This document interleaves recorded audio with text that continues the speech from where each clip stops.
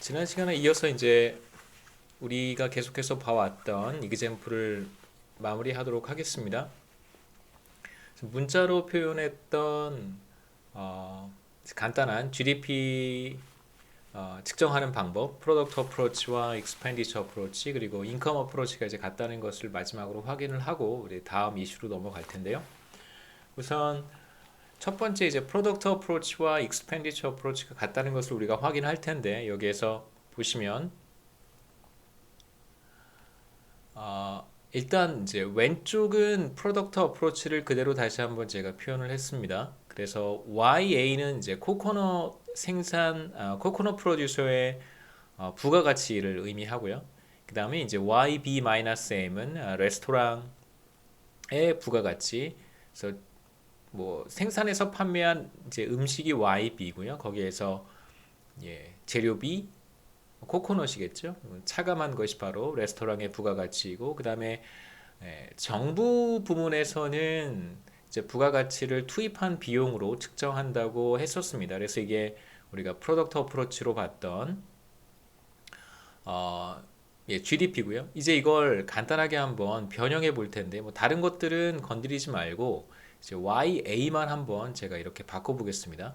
자, YA 가운데 일부는, 그러니까 코코넛 프로듀서가 생산한 코코넛 가운데 일부는 소비자들에게 가고요. 컨슈머들에게 가고, 그 다음에 이제 일부 코코넛은 레스토랑으로 가게 됩니다. 그래서 소비자들이 구입한 코코넛이 바로 YC고요. 달러 가치로. 그 다음에 레스토랑에서 구입한 코코넛이 이제 M이었었습니다. 이제 화폐 단위로요. 달러로 표시했을 때. 그래서 이제 YA를 이제 YC 플러스 M이라고 쓸 수 있고, 나머지는 똑같습니다. 왼쪽과 나머지는 그대로 쓸 수 있고, 이제 간단하게 정리해 보면 이제 M과 M이 없어지고 YC 소비자들이 구입한 이제 코코넛, 그다음에 YB는 이제 소비자들이 구입한 레스토랑의 음식이겠죠. 혹은 뭐 레스토랑이 생산해서 판매한 음식이라고 볼 수도 있습니다. 그다음에 이제 WC 대신에 제가 정부 지출 G라고 표현을 했고, 이제 마지막으로 소비자들이 구입한 코코넛과 소비자들이 구입한 음식을 합치면 이게 바로 이제 소비자들의 consumption expenditure C라고 우리가 부를 수 있겠죠. 그래서 우리가 얻은 결과는 이제 C 플러스 G입니다. 우리가 계속해서 가정했듯이 뭐 기업은 사실 존재합니다만, 우리 그 간단한 이그젬플에서는 투자가 없고 인베스트먼트라고 하는 것이 없고 대외 부문이 없기 때문에 우리 클로즈드 이코노미를 가정을 했습니다. 그래서 투자와 순수출이 제로기 때문에 바로 소비와 정부 지출의 합이 바로 지출 측면에서의 GDP가 되는 것이죠. 그래서 지금 간단하게 제가 이제 간단하게 보여드린 결과가 바로 프로덕트 어프로치와 익스펜디처 어프로치가 같다는 사실이고요.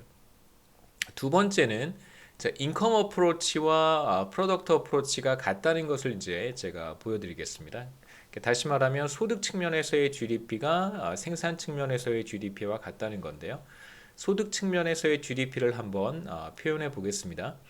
자, 소득은 크게 웨이지 인컴, 임금 소득과 뭐 배당 소득, 그 다음에 이자 소득, 그 다음에 텍스. 여기서 텍스는 소득세는 사실 포함하지 않습니다. 왜냐하면 소득세라고 하는 것은 경제 활동의 결과로서 발생하는 것이라고도 볼 수 있지만, 사실 직접적인 경제 활동과는 크게 관련이 없기 때문에, 물론 이제 소득이 창출되어서 그로부터 소득세를 징수하는 건 맞습니다만, 그러니까 경제 활동 과정에서 창출되는 것은 아니라고 보기 때문에, 이거 사실 재분배가 목적인 거잖아요. 그래서 이제 소득세는 포함되지 않습니다.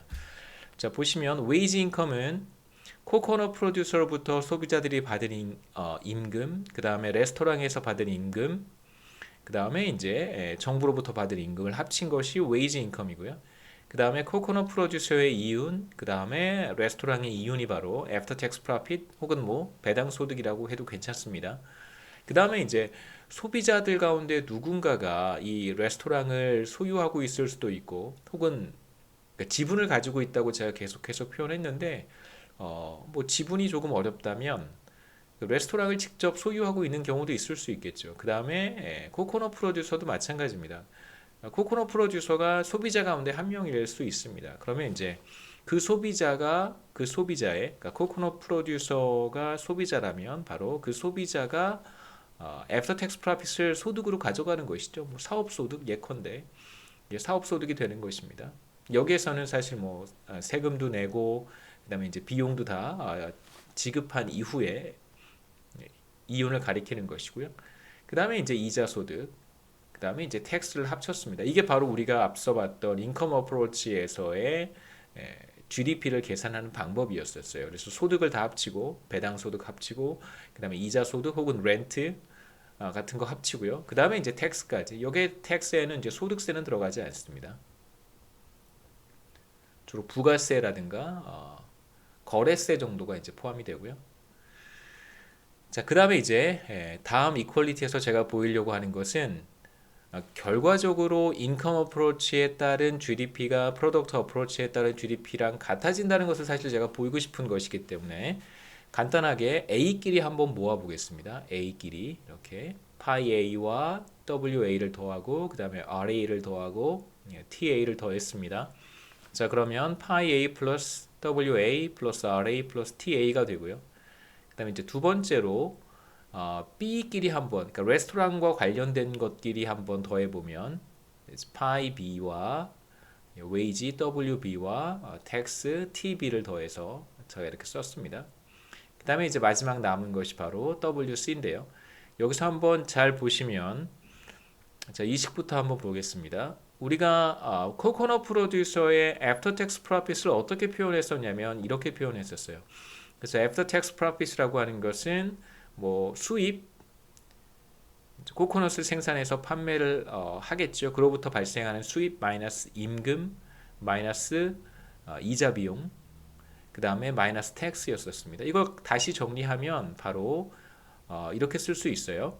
YA에 대해서 정리하면 이렇게 넘겨주고 그 다음에 RA 넘겨주고 TA를 넘겨주면 결국 YA라고 하는 것은 파이 플러스 W 플러스 R 플러스 T가 돼서 결국 이 첫 번째 텀이 바로 YA와 같다는 사실을 확인할 수 있습니다. 간단하게.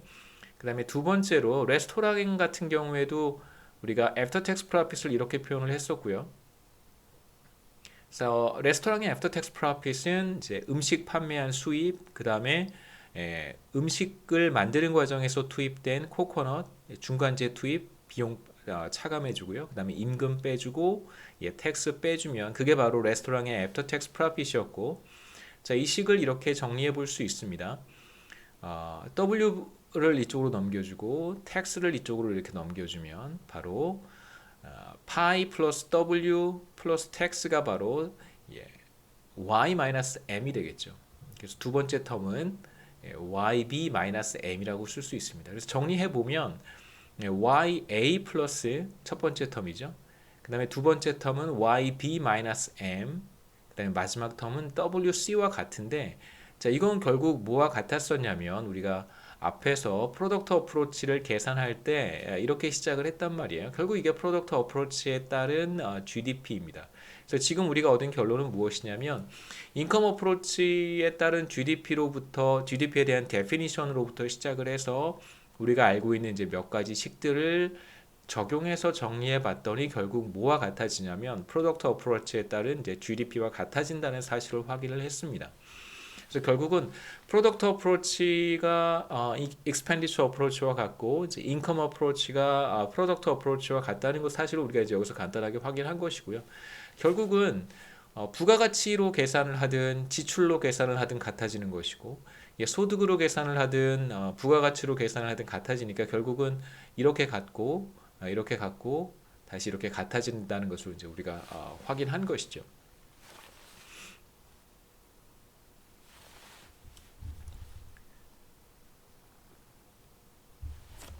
다음 페이지로 넘어가겠습니다. GDP와 관련해서 우리가 한 가지 사실 몇 가지 그 이슈들을 사실 빠뜨리긴 했는데요. 예를 들면 우리가 투자 같은 거 보지 않았고요. 기업의 투자, 그 다음에 대외부문, net export 같은 것들을 사실 이제 보지는 않았습니다만 이제 여기서 투자를 모두 다 고려하진 않을 거고요. 투자 가운데 우리가 한번 생각해 볼 필요가 있는 것, 재고 투자, 인벤토리 인베스트먼트에 대한 이야기를 간단하게 하고, 그 다음에 이제 GDP에 포함이 되지 않는 것들에 대한 이야기로 넘어가도록 하겠습니다. 그래서 인벤토리 인베스트먼트에 대한 간단한 이그젬플을 우리가 지금 계속해서 봐왔던 뭐 코코넛 프로듀서, 그 다음에 레스토랑에 대한 이그젬플을 조금 확장을 해서요. 여기에 이제 재고 투자까지 한번 포함시켜 보도록 하겠습니다. 이제 재고 투자라고 하는 것은 이제 총 고정 자본 형성이라고 하는 이제 우리나라 한국의 투자 항목이 있는데 먼저 한번 보실까요? 자, 슬라이드 페이지 20페이지로 가보면 여기 이제 한국의 2019년 GDP, 그 명목 GDP라고 하는 것이고요. 당해 연도의 화폐 가치로 측정을 하는 명목 nominal GDP를 가리키는 것입니다. 그래서 2019년에 GDP는 2,000조가 조금 되지 않고 1,920조 원 정도 됩니다. 그래서 구성 요소를 보시면 첫 번째가 지출 측면에서의 GDP고요. 민간 최종 소비 지출 우리가 C라고 썼던 것이고 Consumption Expenditure. 그 다음에 총 자본 형성을 우리가 I라고 부릅니다. 그래서 총 자본 형성은 이렇게 쭉 포함이 되고요. 그 다음에 이제 정부 최종 소비 지출이 G, 재화에 대한 서비스 수출이 Export고, 그 다음에 재화의 서비스 수입이 재화와 서비스의 수입이 Import M이고요. 그래서 우리가 순수출을 Net Export이라고 썼습니다. 제가 G를 제일 마지막에 쓴 이유는 저는 이제 G가 항상 제일 마지막에 가야 된다고 생각하기 때문에 말씀드렸잖아요. 제가 가지고 있는 정부에 대한 인식을 말씀드린 거고요. 항상 마지막에 있어야 됩니다. 정부는 제 생각이에요. 경작에서 그렇다는 뜻이 아니라 제 생각입니다. 자, 민간 최종 소비 지출 CIG인데 여기 이따가 다시 우리가 이 슬라이드로 와서 다시 한번 제가 간략하게 설명드릴 거고요. 여기서 이제 한번 여러분 보셨으면 하는 것은 I를 구성하는 요소들이 크게 두 가지인데 첫 번째가 총 고정 자본 형성이라고 하는 것과 두 번째가 재고 증감, 재고라고 하는 것만 생각하시면 됩니다. 나머지는 크게 신경 쓰실 필요는 없고요. 투자를 구성하는 큰 두 가지 항목이 바로 총 고정 자본 형성이고요. 두 번째가 재고예요. 그러니까 첫 번째 총 고정 자본 형성이라고 하는 것은 뭐냐면 뭐 건물을 짓는다든가 아파트라 뭐 주택을 짓는다든가 오피스 빌딩을 짓는다든가 이런 것들을 가리켜서 이제 건설 투자라고 하고요. 이제 일종의 컨스트럭션이겠죠. 그다음에 설비 투자는 뭐 쉽게 생각하시면 건물을 지었으면 그 안에 이제 다양한 설비들을 들여놔야 되잖아요. 뭐 공장을 플랜트를 하나 지었다면 플랜트 안에 이제 여러 가지 이퀴먼트가 들어가야 될 거예요. 그다음에 뭐 라인도 생산 라인도 들어가야 될 것이고 장비도 들어가고 뭐 등등등 물론 컴퓨터도 들어갈 것이고요. 여러 가지 집기도 들어갈 것입니다. 그런 것들을 우리가 통칭해서 이퀴먼트라고 부르고요. 이걸 이제 설비 투자라고 해요. 이건 이제 뭐 세 번째 R&D는 2000년대 중반 이후에 포함된 건데요. 그래서 R&D까지 이 세 가지를 합쳐서 이제 총 고정 자본 형성이라고 하고 이제 여기에 우리가 재고까지 포함시켜서 이것을 인베스트먼트 총 자본 형성 I라고 부릅니다. 근데 우리 지금 코코넛 프로듀서 이그젬플에서는 아일랜드 이코노미 이야기죠. 이그젬플에서는 사실 건설 투자라든가 설비 투자라든가 R&D 투자 같은 것들은 이제 보지 않고요. 다시 말하면 총 고정 자본 형성에 대한 컴포넌트는 사실 보지 않고 간단하게 이제 재고 증감에 대한 이야기만 하도록 하겠습니다. GDP에서 차지하는 비중이 1.4%로 크지는 않습니다만 GDP 비중이 비교적 작지만 실제로 이제 경기 변동 과정에서는 경기가 과열되기도 하고 경기가 이제 침체되기 리세션으로 가기도 하고 이제 이런 과정에서 사실 이제 투자라고 하는 컴포넌트가 비교적 중요한 역할을 하는데요. 경기 변동을 증폭시키거나 혹은 뭐 촉발하거나 반드시 뭐 투자만 중요한 것은 아니지만 비교적 재고가 나름대로 또 중요한 각 구성 요소들이 다 의미 있는 이렇게 변화를 보여주거든요. 이제 재고도 나름 의미 있는 그런 어떤 시그널을 경기 변동 과정에서 보여주고 있습니다. 그 얘기도 또 뭐 차차 하도록 하죠. 다시 돌아가서요. 재고 투자에 대한 이야기를 하겠습니다. 지금 여기서 보려고 하는 것은 I 전체, 그러니까 총 자본 형성 혹은 뭐 총 고정 자본 형성은 우리가 사실 보지 않는 거고요. 건설 투자, 설비 투자 혹은 R&D 투자는 우리가 사실 보지 않는 거고, 여기에서는 주로 이제 재고 투자와 관련된 이야기만 하도록 하겠습니다. 그러니까 재고 투자라고 하는 것은 뭐냐면 일정 기간 동안 생산된 재화 가운데 소비되지 않은 것들을 가리키는 거예요. 예를 들면 코코넛 프로듀서가 코코넛을 생산을 했습니다. 그래서 일부는 소비자들한테 판매를 하고 일부는 레스토랑에 판매를 해요. 그런데 다 팔리지 않고 혹은 다 소비가 되지 않고 남은 코코넛이 있을 수 있잖아요. 이제 이러한 코코넛을 우리가 어떻게 처리할 것인가? 생산은 됐어요. 그래서 생산 측면의 GDP에는 포함이 되지만 실제로 소비가 되지 않았단 말이에요. 정부도 소비한 것이 아니고 소비자들이 소비한 것도 아니고, 그렇다면 이걸 우리가 어떻게 처리해야 할 것인가? 그러니까 프로덕트 어프로치와 익스펜디처 어프로치가 항상 같아져야 되는데, 그러니까 실제로 생산은 되었는데 소비가 되지 않는다면 그럼 사실 이 둘 사이에 괴리가 생기는 거잖아요. 프로덕트 어프로치와 익스펜디처 어프로치 사이에 이제 괴리가 발생하게 됩니다. 사실 이 괴리를 없애기 위해서 고안해낸 방법이 인벤토리 인베스트먼트라고 하는 것이고요. 이거를 이제 어디에 포함시키는 거냐면 이제 기업이 소비한 것처럼, 기업이 지출한 것처럼 기업의 지출로 포함시킵니다. 그러니까 예를 들면 뭐 삼성전자에서 갤럭시 S 스마트폰을 만들었습니다. 한 해 동안 2019년 동안 뭐 모델이 다양하긴 하겠지만 갤럭시 S 뭐 어떤 특정 모형을 만들었습니다. 생산을 했습니다. 생산을 해서 뭐 정부에 판매했을 수도 있고 소비자들한테 판매하고 뭐 다른 기업들이 또 뭐 회사 경영을 위해서 또 스마트폰을 구입할 수 있겠죠. 그래서 다 판매를 했는데 실제로 2019년 한 해 동안 생산해서 판매하고 남은 것이 있을 거 아니겠어요? 다 팔렸으면 뭐 상관없겠지만 팔리지 않고 남은 것들이 있을 것입니다. 그게 바로 재고고요. 이게 인벤토리고, 재고를 그럼 어떻게 처리할 것인가? 생산은 되어서 생산 측면에서의 GDP에는 포함이 됐을 거예요. 자, 이걸 어떻게 처리하냐면 삼성이라고 하는 기업의 투자 I라고 하는 투자 지출에 포함시킵니다. 그래서 다시 우리 슬라이드 20페이지로 가보시면 여기에 이제 재고가 들어가 있는 이유가 생산되었지만 민간 부분에서 혹은 정부 부분에서 소비하지 못하고 남은 것이 있다면 뭐 마찬가지입니다. 외국에 수출을 했어요. 근데 이제 수출을 하고도 생산된 것들을 다 소진하지 못할 수 있잖아요. 남는 게 있을 수 있습니다. 이제 그걸 어떻게 포함시키는가 고민한 결과 이제 I에 포함시키기로 결정한 것이죠. 이건 일종의 이제 괴리를 없애기 위해서 만들어낸 방법이고요. 뭐 아이디어도 그렇게 나쁘진 않습니다. 기업이 생산을 했는데 생산하지 않고 남았어요. 그럼 이제 자기가 재투자하는 거예요. 자기 자신한테 뭐 재투자, 혹은 뭐 기업이 뭐 예, 구입하는 거죠. 뭐 예를 들면 자기 자신이 구입하는 거예요. 생산해서 판매하지 못한 것을 이제 기업이 구입하는, 자기 자신이 구입하는 것이죠.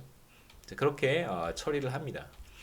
그래서 우리 이그젬플에서는 이제 간단하게 코코넛 프로듀서가 우리 앞선 이그젬플에서는 10 밀리언 코코넛을 생산을 해요. 그래서 이 20 밀리언 달러스가 바로 부가가치가 되는데, 여기에서 이제 3 밀리언을 3 밀리언 코코넛을 추가로 생산하는 경우를 생각해 보겠습니다. 그래서 코코넛 프로듀서가 13 밀리언 코코넛을 생산을 했고요. 가치는 이제 시장 가격이 2달러라고 했으니까 2달러를 곱해서 26 밀리언 달러스가 이제 코코넛 생산에서 발생한 부가가치라고 우리가 볼 수 있습니다. 앞서 이제 가정은 10 밀리언이었었고요. 자, 이제 어떤 가정을 한번 해보냐면 13 밀리언 코코넛을 생산을 했는데 일부는 소비자들에게 판매가 되고요. 컨슈머에게 판매가 되고 또 일부는 레스토랑에 판매를 했습니다. 그런데 3 밀리언 코코넛이 판매가 되지 않고 남은 거예요. 그러니까 앞선 이그젬플과 똑같습니다. 달라진 것은 코코넛 생산량이 전보다 3 밀리언만큼 이제 늘어난 거고요. 가치로는, 시장 가치로는 6 밀리언 달러스가 되겠죠. 개당 2달러스였으니까요. 2달러였으니까요. 자, 이제 코코넛 프로듀서의 이윤을 한번 생각해 보시면 애프터 텍스 프로핏이고요. 이 레비뉴가 달라지는 것입니다. 그래서 뭐 임금이 달라지는 것도 아니고요. 그냥 단순히 생산량이 늘어난 거예요. 사람을 뭐 더 고용해서 생산량이 늘어난 것도 아니고 자본을 더 투입해서 늘어난 것도 아니고요. 단순히 그냥 생산량이 늘어났다고 한번 해보겠습니다. 자, 이제 이 YA가 달라져야 될 텐데 이제 어떻게 변화를 주냐면 일부는 소비자들에게 판매를 했고요. 일부는 레스토랑에 판매를 했습니다. 그 판매되지 않고 남은 게 있잖아요. 이걸 어떻게 처리할 것인가? 자기 자신한테 판매했다라고 처리하는 것이죠. 예. 그래야 사실 이제 괴리가 안 생길 테니까요. 그래서 보시면 이제 I라고 하는 것은 편의상 I로 표현을 했고요. 왜냐하면 재고 투자는 투자 I의 항목이니까요. 총 자본 형성이라고 하는 이제 I에 여러분 슬라이드 페이지 20에서 보셨겠지만 I라고 하는 이제 총 자본 형성에 두 가지 컴포넌트가 있었습니다. 총 고정 자본 형성과 재고 투자, 재고라고 하는 항목이 있는데요. 그 이제 재고라고 하는 항목이 총 자본 형성의 하나의 항목이기 때문에 그렇게 이제 제가 표현한 것이고요. 바로 이제 생산자 코코넛 프로듀서가 이제 자기 자신으로부터 코코넛 팔리지 않고 남은 3밀리언을 구입한 것이다라고 처리하면 됩니다. 나머지 이슈들을 간단하게 정리를 한번 해보죠. 그래서 프로덕트 어프로치에서 보시면 이제 뭐 레스토랑에서의 생산이 변화한 것은 아니고요. 그 다음에 정부 측면에서 국방 서비스가 달라진 것도 없어요. 다만 코코넛 프로듀서의 생산량이 증가했습니다. 그래서 실제로 생산해서 판매되지 않고 남은 게 있는데 자기 자신에게 판매했다고 우리가 가정했으니까 3밀리언 코코넛은 자기 자신한테 판매한 거예요. 2달러에.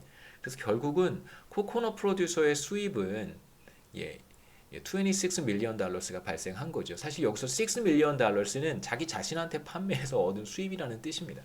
이렇게 처리한다는 거예요.